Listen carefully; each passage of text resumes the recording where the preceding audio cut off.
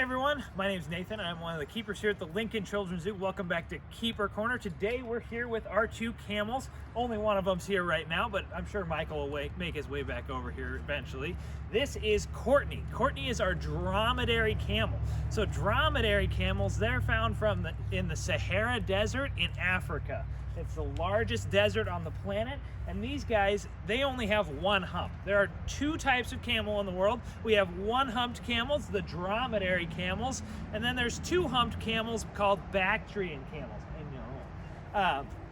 So the way that I remember those two types of names are Bactrian, a capital letter B, has two humps on it. A dromedary camel has a capital letter D. A capital letter D only has one hump on it. So that's how you can remember the two types of camels. So these guys, like I said, they're found in the desert. They're found in the most arid place on the planet. There's not much water to be found anywhere in the Sahara Desert.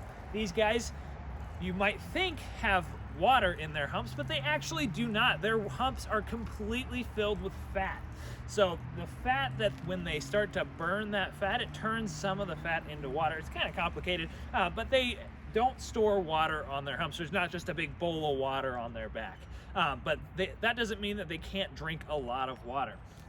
Camels, in one sitting, dromedary camels specifically, can drink up to 30 gallons of water in just one sitting. So if you can imagine, a 1 gallon is like a jug of milk that you might have in your refrigerator at home. These guys can drink 30 gallons of water in just one sitting. So they can drink a lot of water. These guys are what we call herbivores, which means that they only eat plants. So they're not going to be eating any sort of meat like hamburgers or anything like that. They're just going to be eating, mostly here at the zoo, they get fed hay. They do get fed some other grain type things, and as treats every once in a while they'll get ice cream cones that you guys can feed them here at the zoo.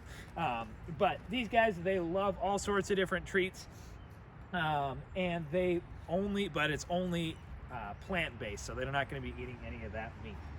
So these guys, they're perfectly adapted for living in the desert. So if you look at their nose right here, you can see that they have a split lip on their face. They use those lips, the two split sides of those lips, to actually grab onto branches or leaves or anything like that. And in the desert, you might have some cactus or something like that, so they can use them really, really finely so that they don't get poked by any of those things. Are you guys just brothers? Yeah, you are. They fight just like brothers do every once in a while, but it never gets too out of hand. But these guys, they're super cool. They use that split lip to help grab things off of branches, but they'll also use that split lip in another way. So in the desert, every ounce of water counts. So that includes snot. So every once in a while when your nose is running, you might blow it out into a tissue. They don't have tissues though, so they actually let that snot go down and go into their split lip, and then they'll drink it so that they don't waste any water at all, which is a really, really cool adaptation that they have here. It's that in the desert. They don't really have to worry about that here at the zoo, but out in the desert, they got to be super careful with all the water that they have in their bodies, and they are, so that they're able to survive in those places where there's no waters.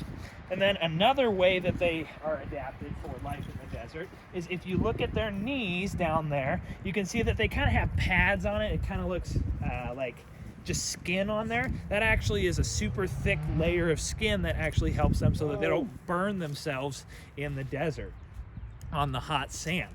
So they don't have to be worried about. They also have one underneath on their chest area, but you can't really see that, how they're standing right now. I know, boys, you guys are excited, aren't you? Well, I think they're getting about tired of me just talking and not feeding them. So I'm gonna go ahead and let you guys go. Thank you guys so much for tuning in to Keeper Corners here at the Lincoln Children's Zoo. You can check the comment section down below for a fun activity for you kids out there. Thanks, guys.